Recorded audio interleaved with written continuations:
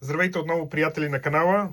Имам удоволствието днеска да ви представя най-новото издание на тази серия, в която представям монетите, които грейдвам най-вече за собствена колекция, както и някои монети, с които подобрявам колекцията си или пък се опитвам да я подобрявам. Тази серия идва след известна пауза, тъй като предишната ми сесия, която излезна в началото на 25-та година, нямаше нищо интересно. Така да се каже, бех тогава малко неприятно изненадан с грейдовете, които получих и не сметнах, че ще бъде интересно да направя видео, тъй като нямаше нищо забележимо. Но тази сесия излязна доста добра. Тя предполагам, че тази серия от видеа ще бъде от две части. В първата част ще ви представя монетите сечени преди 1965. Това включва ранен соц, царство и княжество, както и средновековни. И в следващата част ще ви представя след 65-та години, така че надявам се да ви бъде интересно. Това е кутията с въпросната фактура. Както виждате, NGC са променили начина, по който изглеждат кутиите им. Те са променили още нещо, на което искам да ви обърна внимание. Нека първо да отворя тук кутията и ще ви покажа някои интересни неща, преди да започна с представянето на монетите. Не знам за вас, но аз понякога си задавам въпроса кога дадена монета е грейдвана. И на сайта на NGC по принцип може да получите тази информация само за монетите в цвят, т.е. за медни, бронзови и така нататък, защото нали, там знаете, че има 10 годишна гаранция върху тях и може да видите всъщност дата, в която е грейдвана. За други дати аз се ориентирам по това как им изглежда холдера. Последните 2 години NGC грейдваше, слагаше на холдера такъв стикер с този QR код тук. Сега в тази най-нова сесия, както виждате, QR кода е изчезнал. Така че по това примерно ще може да се ориентирате. Това е монета, която е някъде от началото на 25-та година. Това е в края на 25-та година. QR кода е изчезнал. И една друга разлика има, която ще ви обърна внимание след като ви покажа тази монета. Това са 50 стотинки от 1910. Това е монета, която изпратих на експеримент, защото не ми се видя, че има достатъчно гланц. И от друга страна има това петно под годината, заради което си мислех, че може да пишат Stained или нещо от този род. Но те не се затормозиха толкова с фантазия. Както виждате, монетата хич не е лоша. Поне от към релеф, но я прецениха за чистена. С което, въпреки хубавия гланц, който виждате в буквите, горе-долу съм съгласен, защото гланца почти отсъства от образа, където би трябвало всъщност да го има. Таква ми беше мисълта. Вижте каква е другата разлика с този холдър. Значи, вижте как логото се промени. Тук логото, което е NGC е с тънки букви. В началото на 25-та година те започнаха да правят тия дебели букви, така че това е също ориентир, че даден холдър е от 25-та година. Ако погледнете назад в годините холдерите, ще откриете други такива малки разлики, с които приблизително може всъщност да прецените горе-долу кога е грейдвана дадена монета. И така продължавам с тази презентация. Следващата монета. Това е 100 лева от 1937 година. Тази монета беше също част от експеримент. Тя има много интересен гланц, който не е много богат на места, но има, особено от към аверса, и сега ще ви покажа и аверса, има един много интересен ефект, който аз бих определил като сатенен ефект. Много интересен, леко тониран гланц. Интересно е. Според мен монетата беше за Mint State, с много някакъв нисък, според мен 60-61, защото единственото заносване, което може да видите по високите части, по-скоро прилича на износване от прекалено много седяне в класьори, а не за истинска циркулация, защото виждате тук по образа, където би изчезнал гланца при някаква циркулация, гланца си присъства, това е много добре видим, но те я прецениха като 58. Предполагам, че технически може би е 58, въпреки че това е една изключително приятна монета, но както и да, те имат крайната дума. Следващата монета. И ето малко, може би ще увелича и камерата, за да виждате по-добре израженията. Това е грош на Иван Александър. Много хубав грош, с много детайли. С всички монограми и с много добро тегло, значи претеглена преди да я изпратя беше около 1 грам и 65, което е добро тегло за тая монета. По принцип в по-късните си етапи тя рядко минава 1,2, 1,3, така че 1,6 и нагоре е хубава монета с хубав отпечатък. При тези монети за мен критерия на какво е базирана точно оценката е много мътен, затова просто ще ви представя какво те са писали. Те са писали 58, което е също добър. Предполагам, че по високите части са видяли нещо, което ги е смутило, но наистина много приятна монета с много приятна патина. И така, продължаваме.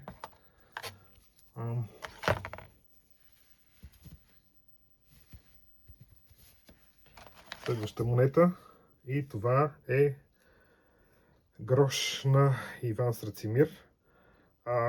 Казвам грош, защото NGC водят тези неща като две различни единици, грош и половин грош.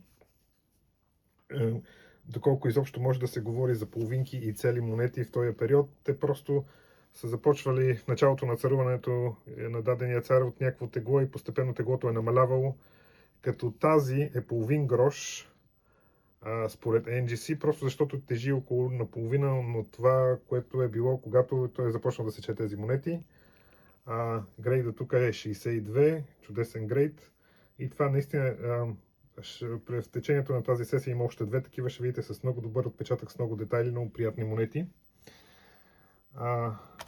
Така, следваща монета имаме трудните за намиране в качество 25 стотинки от 1951 година.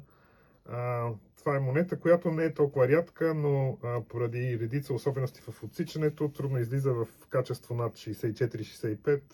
Така че когато пращам такива монети, търся да подобря моята позиция, която в момента е 65, и това е също 65, т.е. ще си дублирам позицията тук. Не е зле, понеже последните две, които пратих, излезнаха 64, така че аз съм доволен от този резултат. Следваща монета. Изключително трудните за намиране не в детайли, 1923, алуминиевите монети. Тази е изключително приятна на живо. Не знам доколко мога да ловя това с камерата. Аз поне не видях никакви забележки по отношение на високи части и така нататък. И очаквах да излезе нещо приятно, може би нисък МС, а за съжаление излезна 58, което пак е чудесен резултат, често казвам, за тази монета. И другото, което е, че аз имам и 62, която изглежда по-зле, повярвайте ми. Просто наистина много красива монета, но явно е преценена като леко циркулирала или нещо от този род. Така че все пак е добре, защото най-често тези, както знаете, излизат природна щета. Ето тук е едно много приятно левче от 1891. Сравнително трудна монета. Както виждате, много гланц, лъскава, хубава. И както се вижда, гланца всъщност е хубав, но не е чак толкова много. Не е и достатъчно да пишат повече от... Аз очаквах 53, и то 53 си излезна. Това монета, която имах възможност да дискутираме с някои хора във форумите, защото аз имах някои съмнения, че може да е чистена, просто защото е доста лъскава за толкова стара монета. Вероятно е имало някакво чистене, но е направено достатъчно добре, за да не се отрази на грейда на монетата, за което е страхотно. Така, следваща монета, тегавите 1934. Както знаете, тези монети са изобилни, но рядко излизат в качество. Тази като визия, дори имах колебание дали изобщо ще хване в MS Grade, обаче пък тя ме изненада много приятно, като хвана 62, което лично ще подобри моята колекция, защото до сега там имах 61. Много приятна монета с хубав гланц и наистина много приятна монета, много се радвам, че излезе така. Следваща монета. Това е загадка, изненадка, така да се каже. Това е монета, която е средновековна. Има някакви хора тук. Прилича малко и на имитация на венециански матапан с гланц, както виждате. Само че това е сръбска монета. Това е от времето на Стефан Урош Дечански. Му е пълното име. За съжаление, аз тук не разбрах какъв грейд са и дали. те са писали клип, нали, което значи, че от монетата е била по-тежка и в последствие рязано. Но не са писали обикновено, както сме свикнали да има, примерно AU или Uncirculated Details и после в забележките клип, просто са писали клип. Така и не разбрах, честно казано, какво е това, затова съм им изпратил няколко имейла да се уточним. Дали изобщо не са допуснали някаква грешка или това е нормална практика, така че ще го изясним това и ако е достатъчно интересно, може даже да направим едно бъдещо видео по въпроса. Но както виждате, много красива монета, аз много харесвам и детайлите и самия изглед, приятно патинирала. Следваща монета, предърпаме, е също 10 стотинки от 1951, тривиална монета, която обаче трудно излиза в някакво високо качество. Миналата година изпратих 3 и трите дойдоха 65, сега ми излезна късмета, поне да имам 66. И това ми е част от, така да се каже, университета в монетите, за да видя какво те търсят като изглед в една монета, за да пишат по-висока оценка. И мисля, че съм на прав път тук, просто нямах по-добър екземпляр, но и това е добре, защото е апгрейд за мен. Следваща монета, пак с Рацимир, пак чудесна монета, с много детайли, вижда се лицето, вижда се ръцете му, обикновено в тая част на тялото има повечето монети, понеже те са много тънички, почти никакви детайли не са излезнали. Тук имах късмет с тая, както виждате и надписите са излезнали добре и много приятна патина, не мога само да преценя тази светлина колко виждате патината, но да ви покажа и грейда. Това е 64, това е, мисля, че е топ грейд в NGC за тази монета. И страхотна монета, аз наистина много я харесвам. И с удоволствие ще остане в колекцията ми. Следваща монета, още един с Рацимир. Както виждате, тук по тялото детайлите са по-малко, лицето почти не се вижда. Но пък за сметка на това пък надписите отстрани са хванати цяло, обикновено те са малко изрязани. Едно нещо, което не ви обърна внимание, значи при тия монети, тук в краката на монарха има един привизнак. Предполагам, че монетарница или нещо такова. Не съм точно срещнал в литературата какво точно значи това, но тия всичките три, които ви показах, са с цвете. Сега ще търся да намеря и другите варианти. Има с брадва, има с глава отсечена, така че те са много интересни тия монети, за които се зарових тях. Следваща монета. Ето това е, което имах предвид. Под това, че някои от тях ги пишат половин, някой цял грош. Това е цял грош на Рацимир, т.е. монета с пълна тежест. Всъщност има и по-тежки от тази. Тази, като я мерих преди да я прата, тежеше малко над 1 грам и около 1,05, мисля, че беше. Пълна монета с хубав релеф. Тя е преценена като 55 и са я писали, нали, цял грош, което следва някаква логика. Между другото, от тях има много, които не са определени правилно, писани са като цял грош, те са половинки и обратното, така че е тъмна Индия, изобщо не се доверявайте на популационните им доклади, защото бройките са много умесени. Те така и не се научиха NGC да ги определят, както и да е. Следваща. Най-приятната изненада от тук. Тук се надявах просто за някакъв МС и излезна всъщност доста приятен МС. Като, честно казвам, дори писаха я 63 направо да ви покажа, но никога не съм предполагал, че ще пиша 63, честно да ви кажа. Мислех си за 61, явно и толкова им разбирам, но 63 пък е страхотен резултат. Имам и 62 и си мислех сега, след като ви направя това видео, ще ги взема двете да ги поддържа едновременно в ръка да видя каква е разликата. Но на пръв поглед се вижда, че има чудесен гланц по шията и по бузите. Това е обикновено високите части издават най-добре силата на удара, защото там, ако има гланц хубав, значи удара е бил силен, със сигурност. Така, следващата монета. Това е същата история като с 10 стинки. Търси се нещо повече от 65-66. Много трудно излизат. Това са монети, сечени с много ниско качество, в много бройки, така че да намерите нещо което да мине границата от 65-66 е направо събитие. В случай имаме 66, което е страхотно всъщност, защото нищо от това, което съм изпращал преди не е излезало 66. Така че тук ще си подобра колекцията. И следващата монета, това е най-забележителната монета за мен в цялата работа. Това е най-обикновени 10 лева от 1930 година. Тук грейда от никакво значение не е. Това е Details, щета. Защо грейднах тая монета, която е супер тривиална и как се вижда и в супер лошо качество? Това всъщност е много сантиментална монета. Това е първата монета в моята колекция. Това е монета, която получих преди много години, когато бях на 10 от един човек като подарък.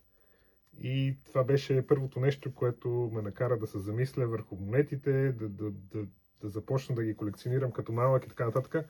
Цяло щастие, че след толкова години тая монета още е в мен и още, нали, я знам къде, и така реших да й отдам почит, като я сложа в колекцията си, даже сложих и педигри,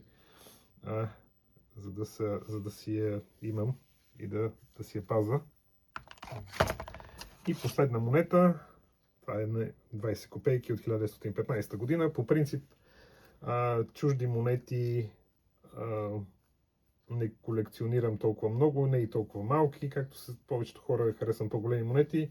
Но когато ми попадне нещо, което ми се види изключително красиво и добро състояние, го изпращам и после си го държа в една кутия, като някакви просто хубави монети, които са ми попаднали покрай някакви други монети и са ми харесали. Това излезе на 66, което е добър грейд, средна хубост, има и доста грейднати по-високи, но пък аз като не колекционирам такива, това за мен е предостатъчно. И така, това беше представянето на тази част от сесията ми. Надявам се да ви е било интересно и да сте научили нещо ново, ако това е възможно от такива видеа. Очаквайте следващата серия, следващия епизод следващата седмица, който ще представя юбилейните монети. Там имаше много приятни и някои по-редки неща също, както и някои грейдове, които са доста добри.